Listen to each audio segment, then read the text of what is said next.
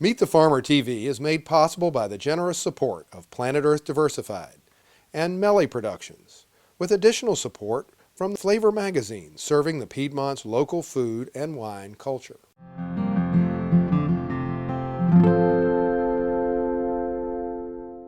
So here we are in another exciting edition of Meet the Farmer TV. We'll look at some specific things in Central Virginia, but also show you how it applies to cities all over the United States. Now let's go take a look at the Virginia State University and how they help small specialty growers produce food for these markets. Virginia State University is what we call a historical black land-grant university. We have a strong interest in maintaining as much ownership of land by African American people as we can achieve in the state of Virginia. There are 40,000 farmers in the state of Virginia, and 4,000 of them are African American farmers. Our great hope is that we can help these African American farmers hold on to their land. Any landowners in the state who are trying to, would like to hold on to their land and could come to us for assistance, we'll go an extra mile to make sure, especially that an African American family can hold on to their land. If it's, we'd like to help them with their financial management, with their enterprise selection, their management. You know, one of the greatest political strengths that's always been in the United States of America has been land ownership. And the security for a family from owning a farm is great, no matter how bad the economy gets. If you have some land where you can grow your own food and at least have a place to live, that's an extremely strong resource to hold on to, and we want to help make sure that everybody gets to have farmland that it's already owns it in their family. We see a strong potential economic growth on rural Virginia with agriculture tourism, primarily with farmers who have the right personality to greet and meet the public and enjoy people. Not every farmer is set up for that. Not every farmer has that personality. In fact, in my opinion, it's only about 20% of them that do. But for those 20% who really do enjoy talking to people and meeting people and having them on their land, very often a family can have more fun on a farm like that where there's exclusive use of the resources than they might at a big crowded amusement park or in some city environment where it's loud and noisy and traffic and everything. To get out to a natural setting, maybe enjoy some fishing, possibly some bird watching.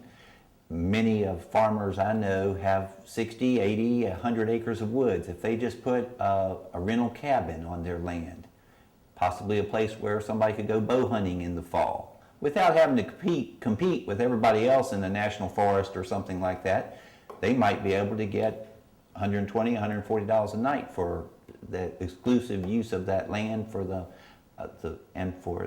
exclusive use of that cabin. The other types of entertainment and education that can be provided on farms, people are extremely interested in fine fiber. There's a fine fiber festival held in Virginia every year at Montpelier. Big crowds come out to see what's being, alpacas and sheep being sheared and the wool being carded and the products being made from that. They love to watch the sheepdogs work and herding the sheep. The grape industry, the wineries, and the people going to these vineyards and tasting wine and cheese is one of the best examples of agriculture tourism. That is really creating a lot of revenues for Virginia.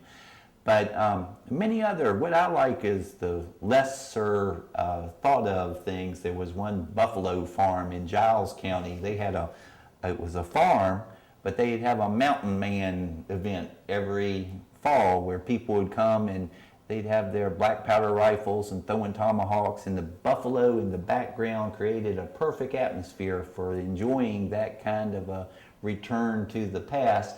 And they were paying well to participate in that event.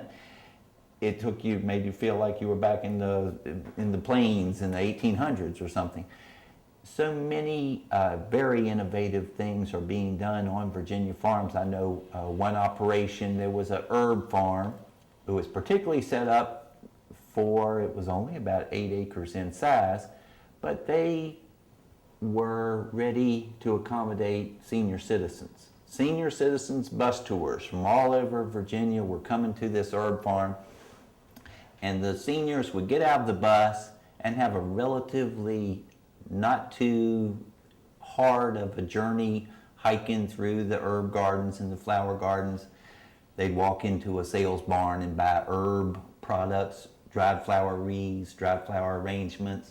Everybody on the bus would buy a $40, $60 wreath or bags of potpourri or something like that. And it wasn't hard. These senior citizen centers and even we'll call them the retirement villages are looking for places where they can carry their residents, so they have an engaging day. Can they come to your farm? That's what we're trying to help their Virginia farmers see, that the potential is vast. Nearly half of the farms in Europe today are open for agricultural tourism. In Virginia, certainly less than 10%. Most of our Virginia farms, if you pull in their driveway, unless you have been invited, you're trespassing. And so we'd love to see more farms open themselves up for direct marketing and for charging for entertainment and education. Many of the agriculture enterprises that farmers would try to undertake are capital intensive. If we're going to build a greenhouse, if you're going to buy a tractor, if you're going to get into any kind of value-added processing facility, that's a real nice opportunity right now, but maybe a commercial canning operation. Quite often there's a strong need for a producer to have $20,000 to $200,000 or $300,000 money to get started. And there's a number of agricultural lenders in the state of Virginia that would be glad to provide funding. They nearly all require collateral, and they often want your land to be put up as collateral. I've often told people that borrowing money is one of the worst ways to start a business. But we certainly want to have a very sound plan for repaying that money. But yes, if there's ever a time when someone is trying to make an application for a loan or make an application to participate in some of the government support programs, and possibly they're turned down, it could be that their application is just kind of weak. And our Virginia Agriculture Mediation Program would like to help that farmer apply once again. Don't just have sour grapes and say, oh, the government's not going to help me. If they can contact us at Virginia State University, we'd like to possibly first look at the application they made and maybe even help negotiate with that lender they may have applied to or the government agency that didn't quite understand what they were trying to achieve, and see if we can't mediate a strong solution that would be of benefit to both parties. A new project that we have underway at Virginia State University, the technical name for it is above ground soil containment systems, and what we're trying to do is help people in the downtown city environment that particularly in maybe even some depressed urban neighborhoods where gardening is not even possible. The yards are small and there's skyscrapers or buildings coming up all beside their where they live, and there's very little sunlight penetrating. A new system that we've developed, it's just using these, it's a system of baffled chambers that you can build a garden on top of a rooftop or in a driveway or in a backyard that would not be a good place to have a regular home garden very easily. We're developing these in the city of Petersburg. We invite people to come to Petersburg and look at some of these, well, I'll call them sell-you-grow gardens. And some of them are on rooftops and some of them are in some very shaly, gravelly areas where a good garden couldn't grow. But the primary thing that we're achieving with these gardens is that the people who are managing them have abundant fresh vegetables every day through the growing season now, and even through the winter. We're teaching them how to grow collard greens and lettuce and garlic and winter onions and peas and things that are growing right along. And they're getting more fresh vegetables and more vitamins and minerals in their diets, and not having to depend on a far away, possibly a long drive to a distant supermarket to find good quality fresh produce. Sometimes, I hate to say it, but there are some cities in Virginia that you don't have real nice, big, abundant supermarkets in these downtown locations where the people live. So yeah, that's a fun new project that I'm working with, is the above ground soil containment systems. Well, the greatest benefit that I see, there's a concept that we're working with in Virginia today, is called community-based food systems, is just this chance for consumers to have a personal relationship with their farmers who are growing the food that they're going to eat and serve to their families. That alone, the social benefits of that are great. That the quality of the food is much better. The price should be competitive because there's so much less transportation cost with high petroleum prices. But the greatest benefit would simply be stronger communities, and that affects the entire community. It's not just the relationship between the consumer and the farmer, but all the service industries, the agriculture supply companies, even the local service stations, and the plumbers and electricians, and the entire service industries in these cities are all benefit from locally grown agriculture, just because the entire community is strengthened at once. What another big plus for this, in my opinion, is young people, if children could get a better idea of where their food comes from and get a closer connection with the farming community, I think they could have greater pride in their community and also be more interested at an earlier age in their own nutrition. This obesity in young kids is getting to be a bad problem, and a lot of it's due to just poor diet. They need to understand what healthy food is and what the unhealthy kind of junk food is really doing to them.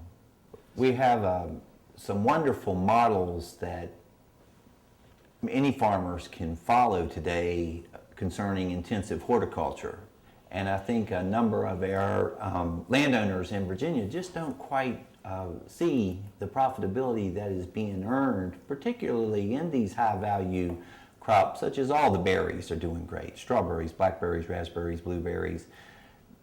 We often see gross income of as much as $30,000, $40,000 an acre if there's good marketing going along with that production of those crops.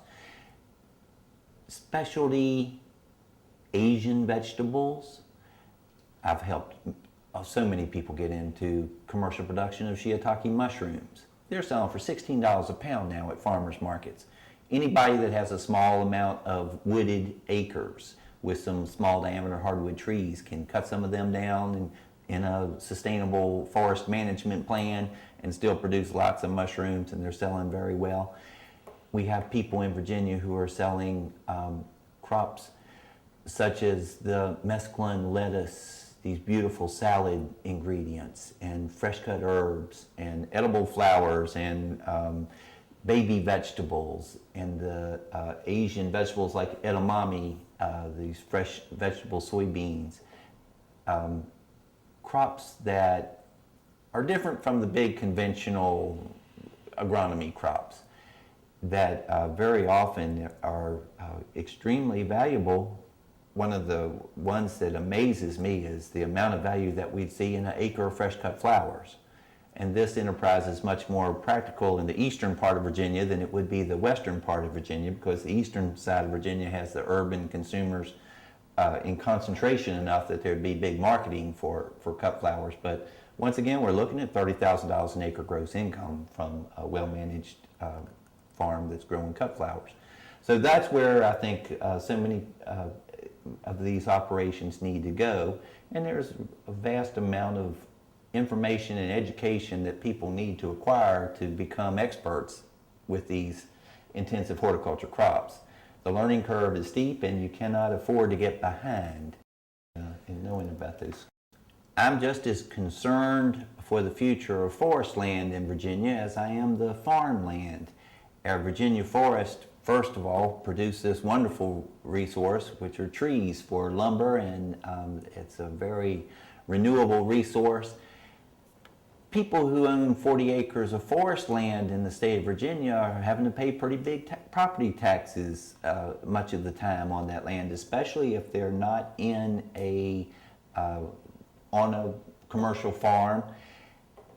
I'd spend a lot of time helping people see what they can do in their woods to earn income, and it's a project called non-timber forest products. Yes, you can have a harvest of timber every 20 to 40 years and sell pulpwood or some special or just some nice hardwood lumber for construction, but there's many things that can be grown in what we call the understory. We have 800 landowners in Virginia today are growing American ginseng. The prices being paid right now for dried roots of American ginseng is about $400 to $500 a pound. Most of this is sold to China. We need to be selling some products to China. They certainly are selling lots of products to us. And the thing about ginseng is if you can establish a naturalized stand of ginseng in your forest land, it requires very little labor. Most of those 800 landowners I was telling you about who grow ginseng, they prefer to remain anonymous about it. There's the greatest single risk is human theft of this valuable herb crop. But that can be worked with. We have some good systems that can be used to prevent that or to reduce that threat. Particularly the ownership of the right kind of a dog will slow that theft issue down a lot.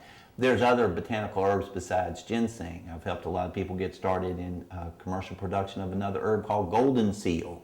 It's not nearly as valuable as ginseng. It's only selling for about $40 a pound right now, but it's much easier to grow than ginseng. It has a faster production system. The ginseng actually takes 10 years to grow. The golden seal is more like 4. It can be grown throughout the state of Virginia. The ginseng does a lot better in the mountains in the northern Piedmont regions of the state. Shiitake mushrooms, ramps, elderberry, pawpaws, wild berries. There's a specialty crafts and products made from the trees or the woods, such as grapevine wreaths and a number of different kinds of crafts. There's even a strong market for the various kinds of cones by the dried floral industry. So there's many things that people can do with their woods, and like I said before, is the possibility for ecotourism development in our privately owned woodlands in Virginia is very high as their cost of transportation keeps going up with high gas prices. If people, the general public, can find a place where they can go within 60 miles of home and have some fun in a natural environment, that's a lot better than having to drive across the nation to some far distant national park or something. And so we're looking for local ecotourism in these woods as well. We have a great problem in Virginia today with loss of farmland and loss of forest land due to, I call it real estate development. What was a farm has become a series of houses or stores and schools or supermarkets, anything that has built on top of land that used to be plowed and planted in crops or used for pasture for livestock grazing. Once it's been built upon, we never get it back. And this is just natural outcome of growth. All of our Virginia cities are growing outward every year. And I think that we need to really look at the state of Virginia and see if we can control this growth and give the farmers who still own good, valuable farmland strong incentives to keep it in farmland and not let it become developed. The European model is extremely useful in this. There are so many forests and farms in countries like Germany and Switzerland and France that are protected by the national government. These places will be kept in agriculture and forestry and will not be turned into other neighborhoods and city and urban development. The problem comes when the value of that farm land, at first it's worth $3,000 an acre, and as the city gets closer it's $10,000, and after a while when it gets above $30,000 an acre, it's hard to think of what farm enterprise I can operate on this $30,000 an acre land that's going to bring me enough income to pay those property taxes and to keep it in agriculture. The conservation easements are of course the very best first wonderful development that has come about in Virginia to protect farmland from development, and I encourage people to look hard at that if they possibly can. But that's not for everybody. The other kinds of things that I think could help this movement expand in the future is that we really love this current interest by consumers in locally grown foods, and if all consumers in all of our communities could get out and find out where the farmers are and try to get to meet them and find out what their needs are, maybe even find out what their real problems are that they're facing, and help those problems come to light and help them solve those problems. If they want to maintain agriculture in these counties that are close to the cities, I really like what's going on in certain counties in Virginia, like Loudoun County. That's right up beside DC, but Loudoun County is trying so hard to maintain agriculture in their county because they know it increases and improves the quality of life in Loudoun County for there to be farms in Loudoun County, not just suburbs. So they provide tremendous support to the local farmers. I'd like to see that same movement in all of the counties that are kind of close to the cities where the urban sprawl is starting to impinge on the ability of those farmers to grow crops and livestock. Here at Virginia State University, we have a number of programs each year. Their Virginia Cooperative Extension program has a series of conferences. For instance, we have one conference called the Virginia Biological Farming Conference that is especially designed for 2 days of intense scientific presentations, not just about production, but also about marketing and financial management of pretty much organic vegetable, livestock, and grain production. And so much of what I see with the local foods market is many of these consumers that want to buy locally grown also want to buy organically grown. It's not complete that way, but that's about half of it is organically grown in the local direct marketing anymore. And so, and there's huge challenges in organic crop production, organic livestock production. So the conferences that address that are very useful. We have also very specific other kinds of conferences. Every March, first Saturday in March of every year, we have the Virginia Cut Flower Growers Conference. Every fall, we have something called the Small Farm Family Conference. We have a great interest in making sure that our small, part-time, and what we call limited resource farmers can attend a program and make it affordable so that they can stay current with new crops, new livestock products that they can produce, and new systems that they can use for producing and marketing these crops and livestock. We also constantly have field days. We're currently, this year in 2008, we had a cool season early crop field day, then we had a vegetable production field day, and we had an agriculture tourism field day. We had one field day at a berry farm, both local and regional field meetings. Many farmers in particularly are more comfortable in a field setting to learn about these new systems and new crops that they could participate in. So many of the specialty crops that are produced in Virginia are grown on the smaller scale farms. For instance, we could talk about berry production. We do not have farms in the state of Virginia that have 100 acres of blackberries or 600 acres of blueberries, and they do in certain parts of the United States. There's huge blueberry industry in New Jersey, for instance. But our typical blueberry producer in Virginia is going to have half an acre or 1 acre, maybe 3 or 4 acres of blueberries, and all of those are sold locally. They're not going to be selling them to some big jam or jelly company or syrup company or something like that. So I'm going to say that 98% of our specialty crops are sold within the state of Virginia, locally grown and locally consumed, because these are all direct marketing farmers. They sell to local restaurants, they sell it to farmers markets, and they often have people coming to the farm, pick your own operations, or buying from a roadside stand that's right there on the farm. I believe that consumer education could cause a strong positive change in agriculture in the state of Virginia. Our farmers do not always have a very easy road. They face a lot of risk, financial risk, marketing risk, production risk, human risk. All it takes to knock a farmer out for a whole season is a back injury. Very often, if everything is based on his own labor and he's got that injury, he's down for the whole season, it could be a catastrophic thing. The weather, the way that this changing weather is causing so much drought, the risk that farmers are having right now with the cost of fuel, and that fuel is for running their farm machinery and is even reflected in fertilizer, is the costs are becoming very high.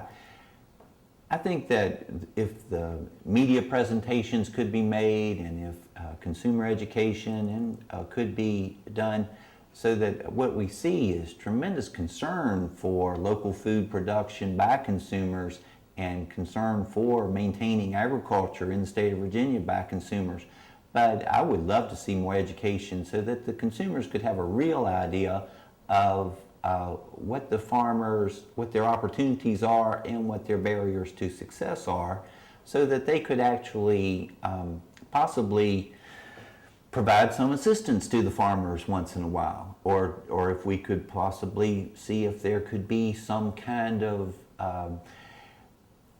safety net to help agriculture producers through these tragedies that occur once in a while. Those tragedies might be as bad as a local tornado or a hail event, or a sharp drop in prices due to some international scare that occurred in China connected to some dangerous new bacteria on a vegetable or something. We see these kinds of ups and downs all the time, and it's a shame that the farmer has to bear all of that trouble by themselves. If consumers truly do want to shoulder some of the responsibility for the food that they eat and serve their family, they need to extend that responsibility all the way to the farm.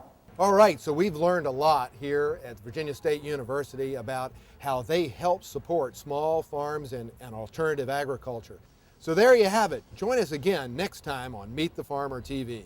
For additional information and extended versions of this program, visit our website, www.meetthefarmer.com.